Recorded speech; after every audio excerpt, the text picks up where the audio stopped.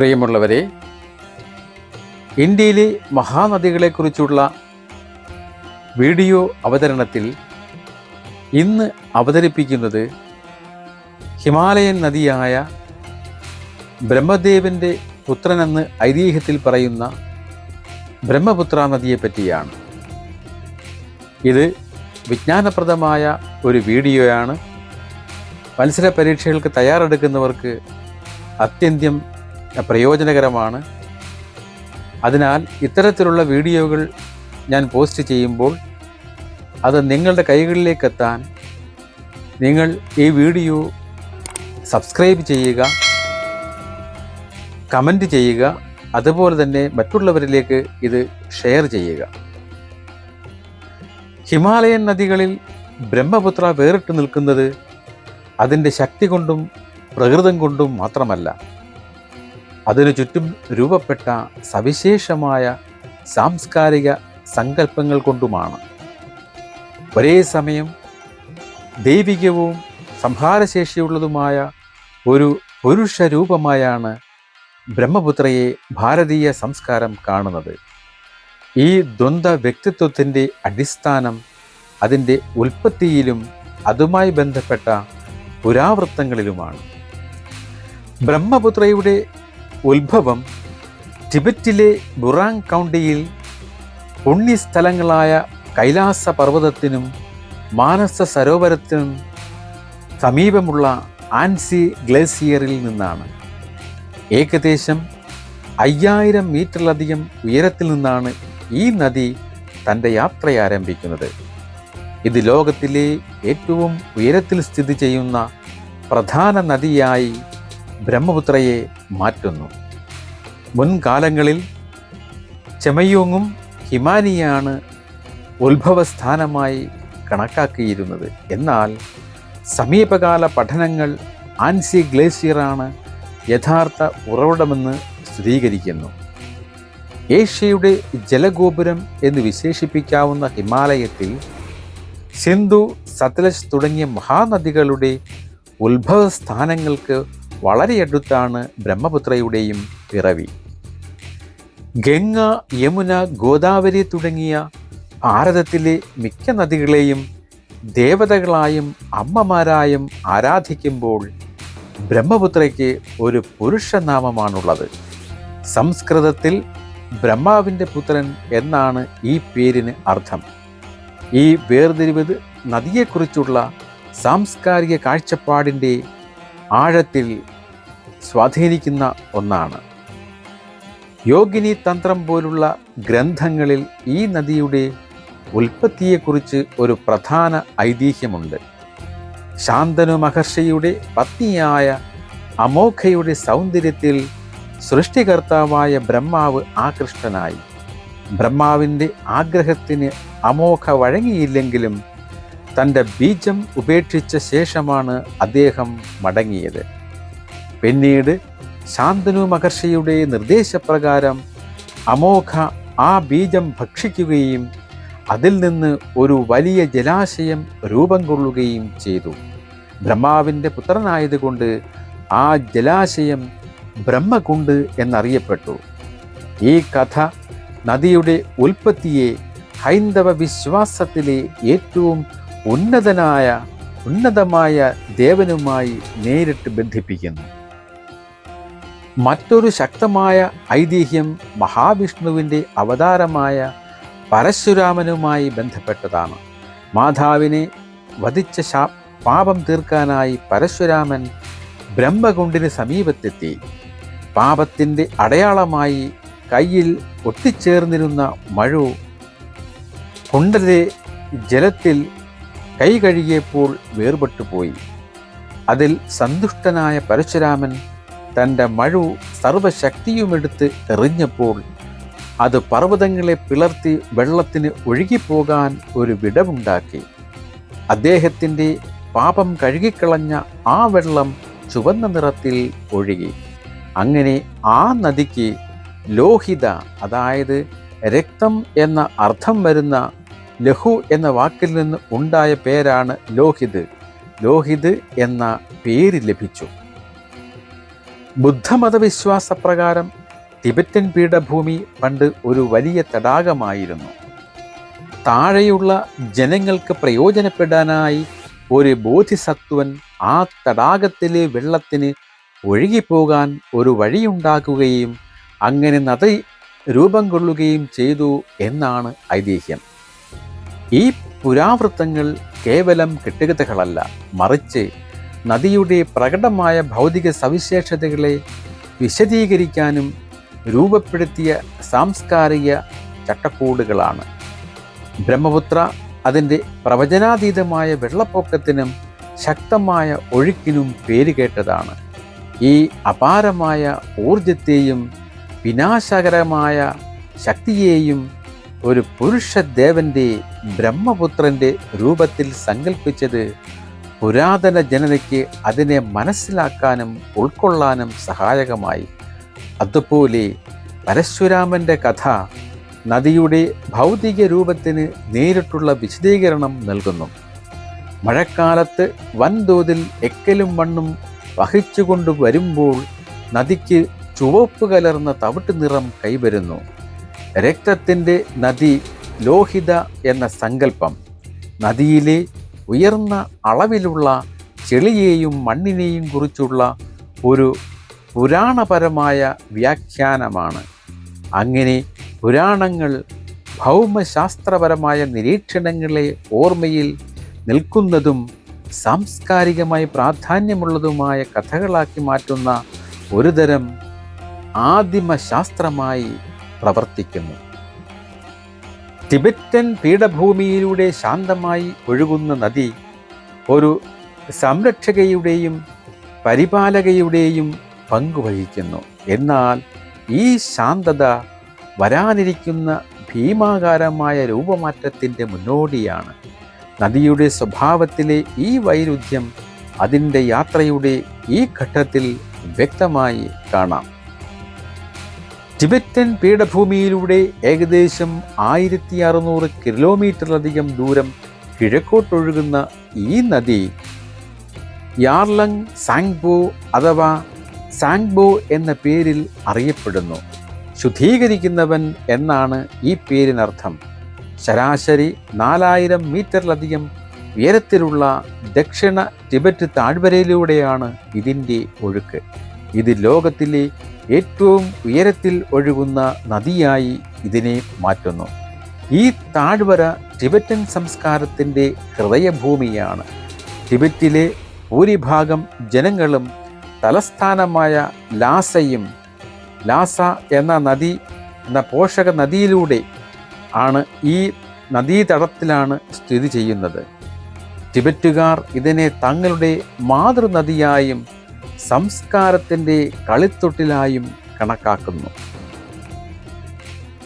നംച ബർവ, ഗ്യാലാപെരി എന്നീ കൊടുമുടികൾക്ക് സമീപം നദി അപ്രതീക്ഷിതമായി ഒരു യു ആകൃതിയിൽ തെക്കോട്ട് തിരിഞ്ഞ് ഇന്ത്യയിലേക്ക് കടക്കുന്നു.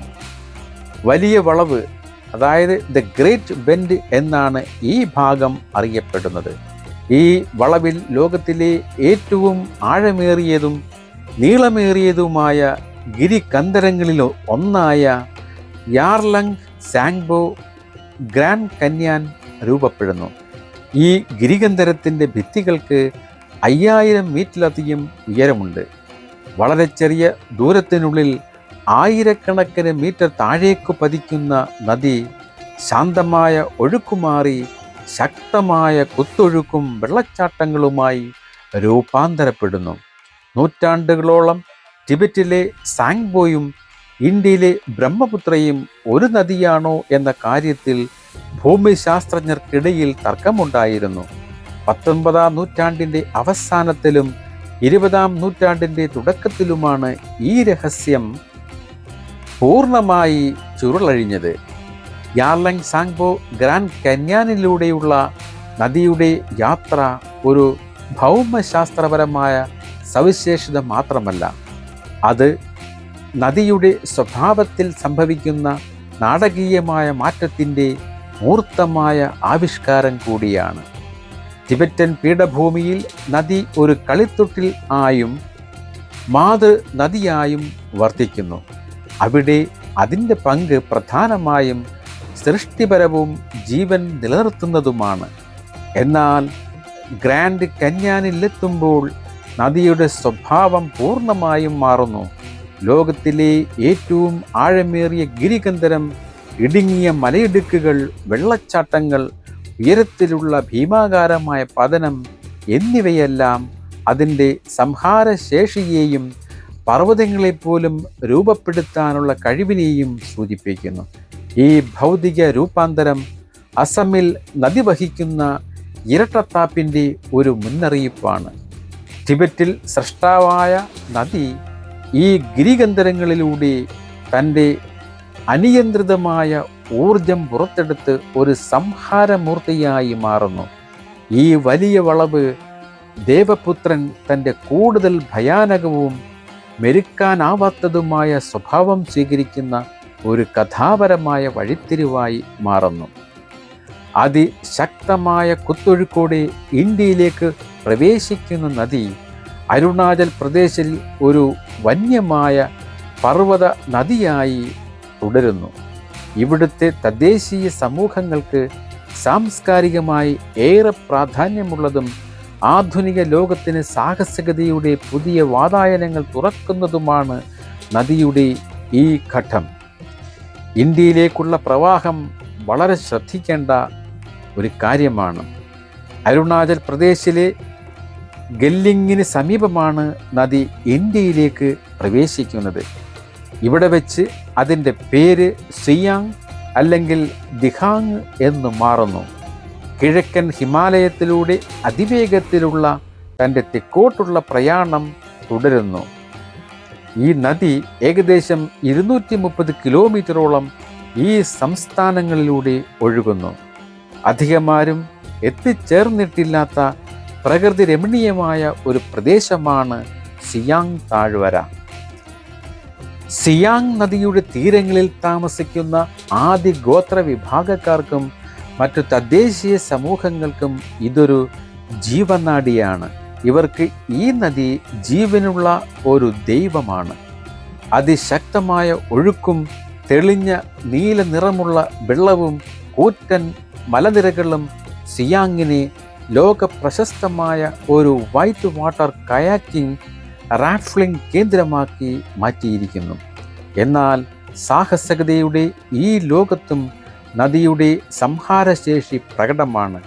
കിഴക്കൻ സിയാങ് പോലുള്ള ജില്ലകളിൽ നദി കരകവിയുന്നത് കൃഷിഭൂമിയും വീടുകളും അടിസ്ഥാന സൗകര്യങ്ങളും നശിപ്പിക്കുന്നതിന് കാരണമാകുന്നു. അരുണാചൽ പ്രദേശ് നദിക്ക് ഒരു നിർണായക പരിവർത്തന ഘടകമാണ്. ഭൂമിശാസ്ത്രപരമായി മാത്രമല്ല, സാംസ്കാരികമായും രാഷ്ട്രീയമായും ഈ മാറ്റം പ്രകടമാണ്. ഉയർന്നതും വരണ്ടതുമായ ടിബറ്റൻ പീഠഭൂമിയിൽ നിന്ന് ഈർപ്പമുള്ളതും സമൃദ്ധവുമായ അസമിൻ്റെ വെള്ളപ്പൊക്ക സമതലത്തിലേക്കുള്ള മാറ്റം ഇവിടെ ആരംഭിക്കുന്നു. ടിബറ്റൻ ബുദ്ധമതക്കാരുടെ സാങ്ബോ എന്ന നദി ആദി ഗോത്രവർഗക്കാരുടെ പ്രകൃതി ദൈവമായ സിയാങ്ങായി മാറുന്നത് ഈ സാംസ്കാരിക പരിവർത്തനത്തെ പ്രതിഫലിപ്പിക്കുന്നു. രാഷ്ട്രീയമായി നദി ഒരു തന്ത്രപ്രധാനമായ അന്താരാഷ്ട്ര അതിർത്തി കടന്ന് ഒരു ഇന്ത്യൻ നദിയായി മാറുന്നത് ഇവിടെയാണ്.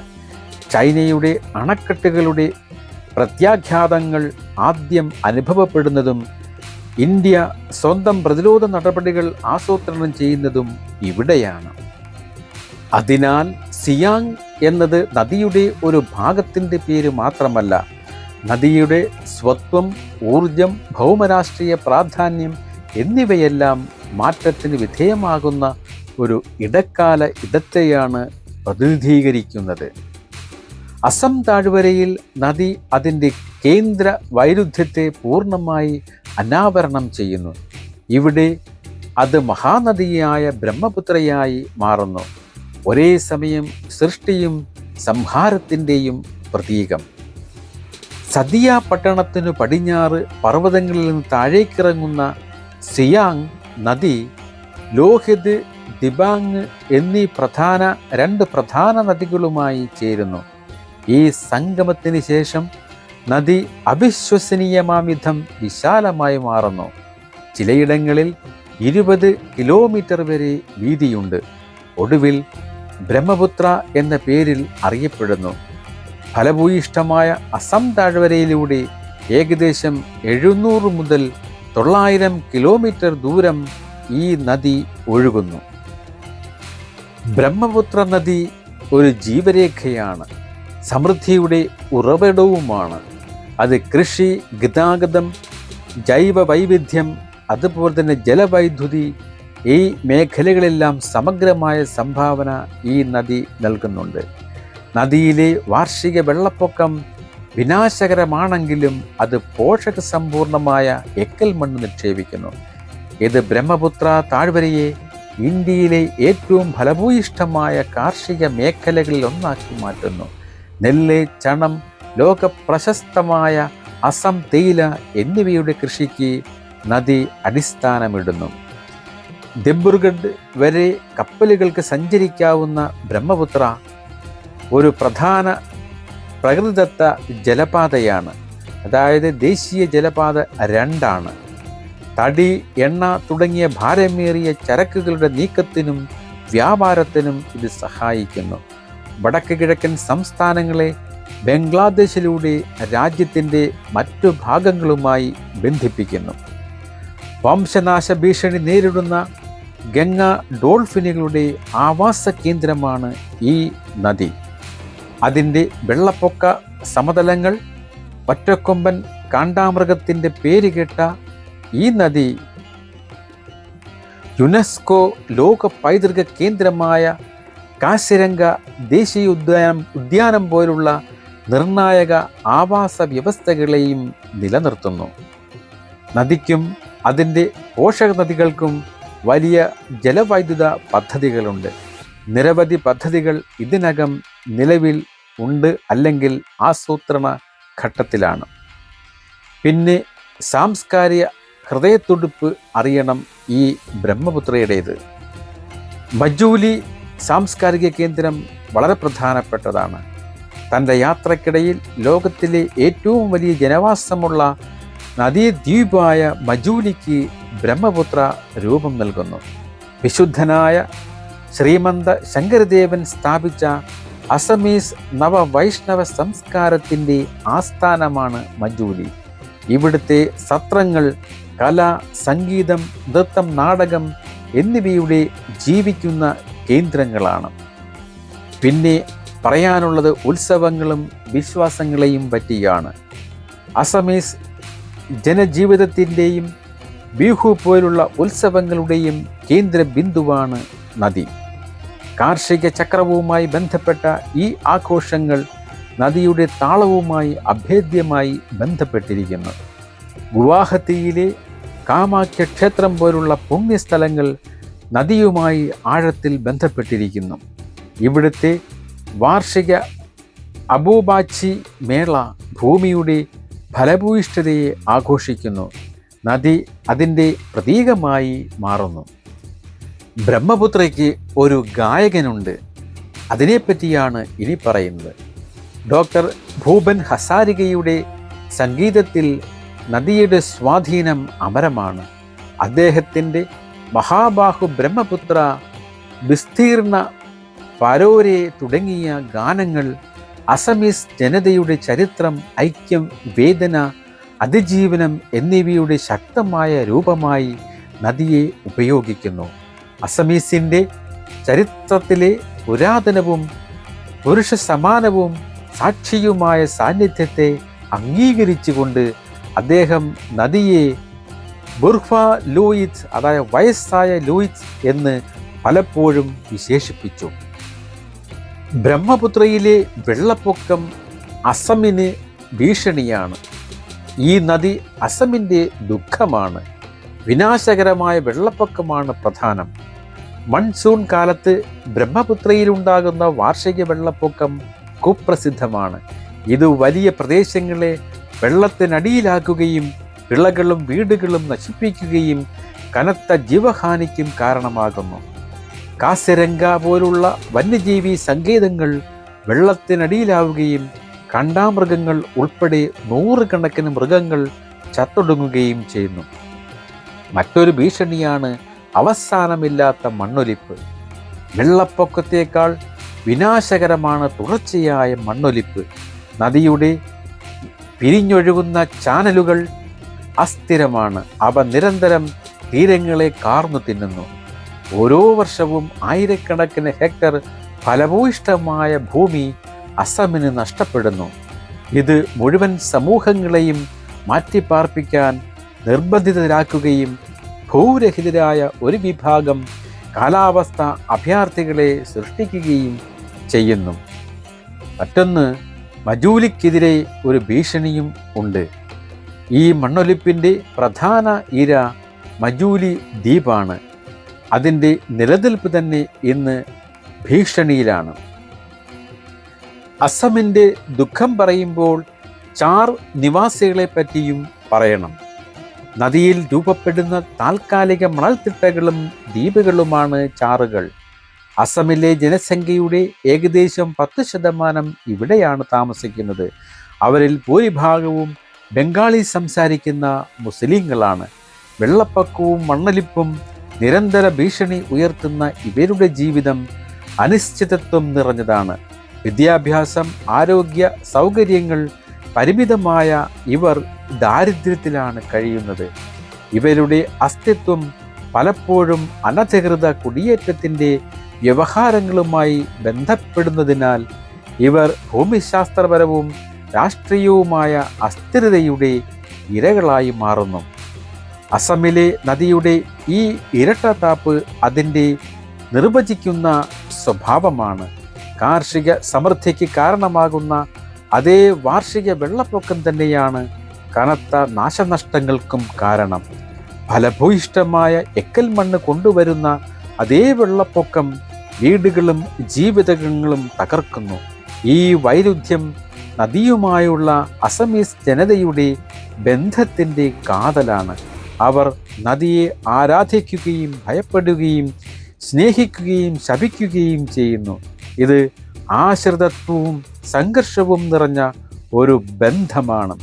ഭൂപൻ ഹസാരികയുടെ ഗാനങ്ങളിൽ ഈ വൈരുദ്ധ്യം പ്രതിഫലിക്കുന്നു. മഹാബാഹു എന്ന് നദിയെ പ്രകീർത്തിക്കുമ്പോഴും ദുരിതമനുഭവിക്കുന്നവരുടെ നിലവിളി കേട്ടിട്ടും നീ നിശബ്ദമായി ഒഴുകുന്നു എന്നദ്ദേഹം പാടുന്നു.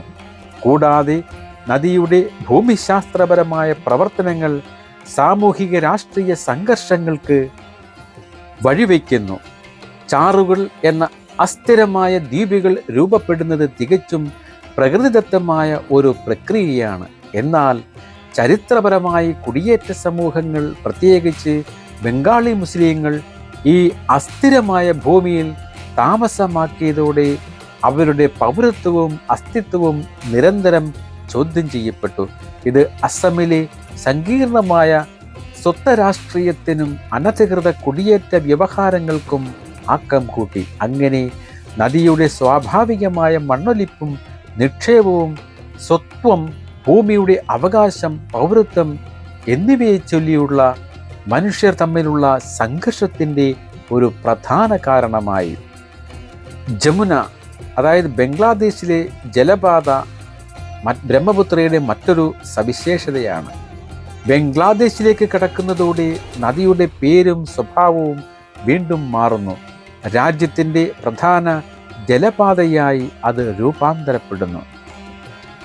ഇന്ത്യയിലെ ഗാരോ കുന്നുകളെ ചുറ്റി തെക്കോട്ട് തിരിഞ്ഞ് ബ്രഹ്മപുത്ര ബംഗ്ലാദേശിൽ പ്രവേശിക്കുന്നു. ഇവിടെ അതിൻ്റെ പ്രധാന കൈവഴി ജമുന എന്ന പേരിൽ അറിയപ്പെടുന്നു. ബംഗ്ലാദേശിലെ 3 പ്രധാന നദികളിലൊന്നായ ജമുന ഒഴുകുന്ന ചാനലുകളുടെയും മാറിക്കൊണ്ടിരിക്കുന്ന മണൽത്തിട്ടകളുടെയും ഒരു ശൃംഖലയാണ്. ജമുനയുടെ ഇപ്പോഴത്തെ ഗതി താരതമ്യേന പുതിയതാണ്. 18-ാം നൂറ്റാണ്ടിൻ്റെ അവസാനം വരെ പ്രധാന ഒഴുക്ക് കിഴക്കോട്ട്, അതായത് ഇന്നത്തെ പഴയ ബ്രഹ്മപുത്രയുടെ പാതയിലൂടെയായിരുന്നു.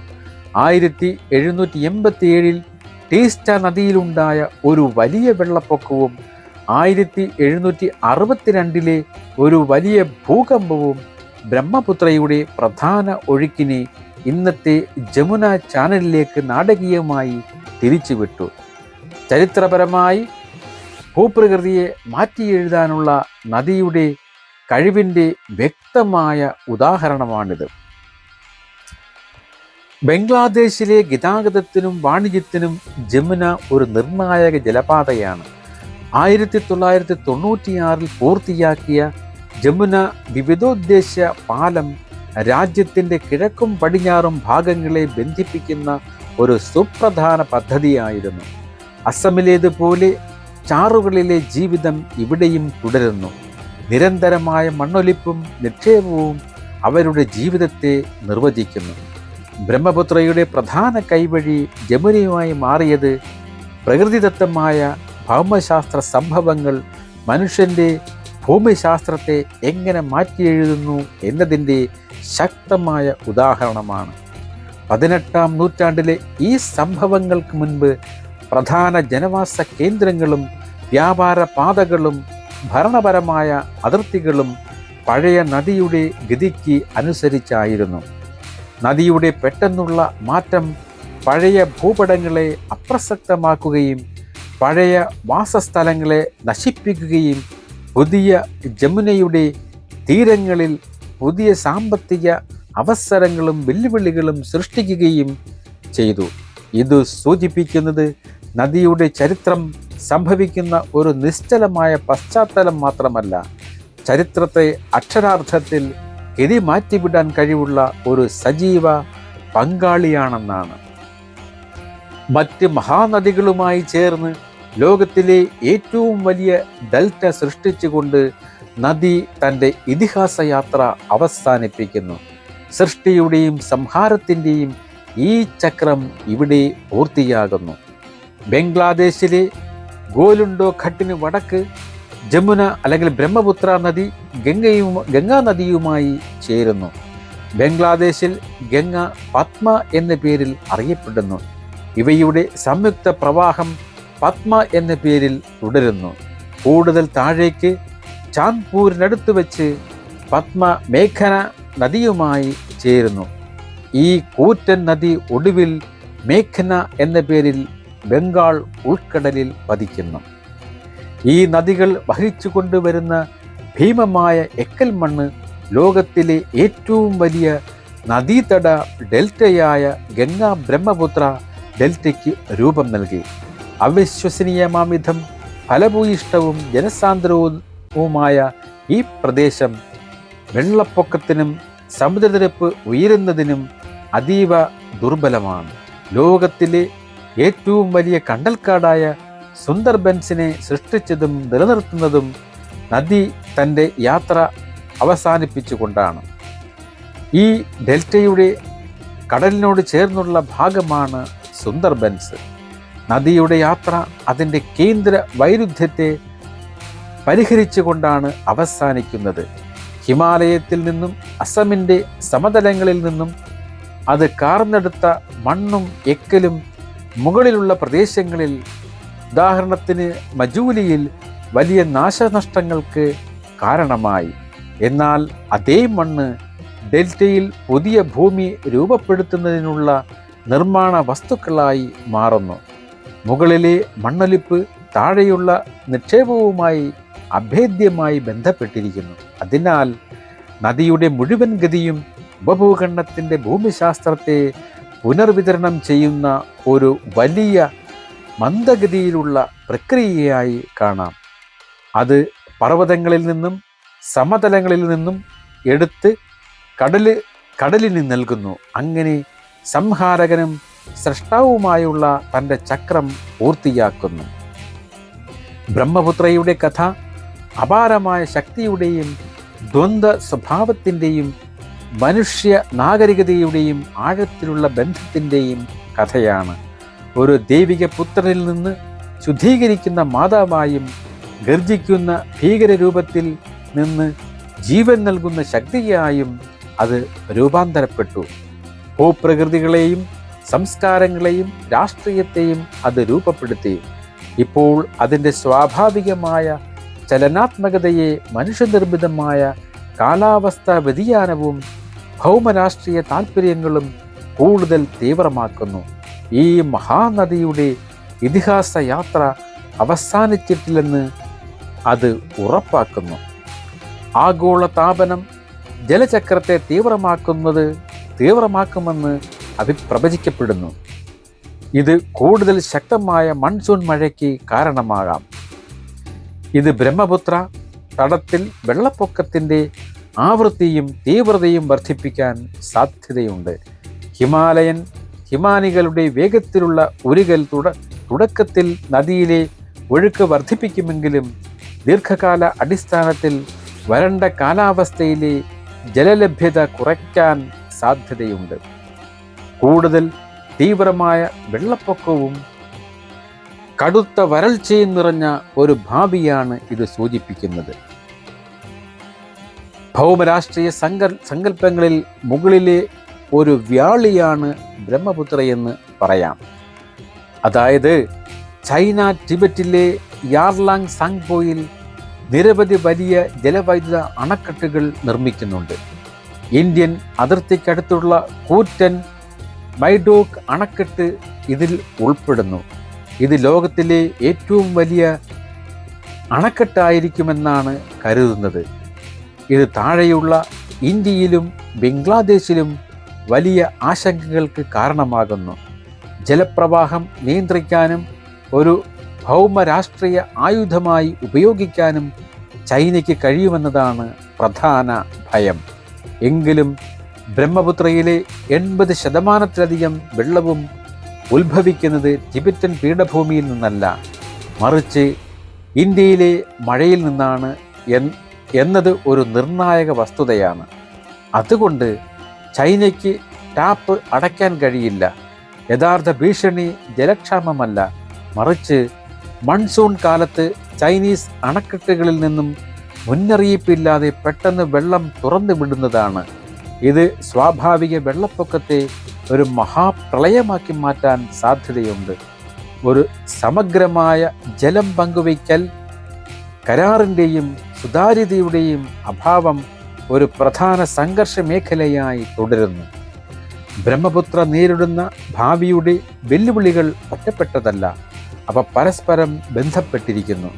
കാലാവസ്ഥാ വ്യതിയാനം കൂടുതൽ തീവ്രമായ മഴയ്ക്കും വെള്ളപ്പൊക്കത്തിനും കാരണമാകുമെന്ന് പ്രവചിക്കപ്പെടുന്നു. അതേസമയം ചൈനയുടെ അണക്കെട്ടുകൾ പെട്ടെന്നുള്ളതും വൻതോതിലുള്ളതുമായ ജലപ്രവാഹത്തിന് സാധ്യത സൃഷ്ടിക്കുന്നു.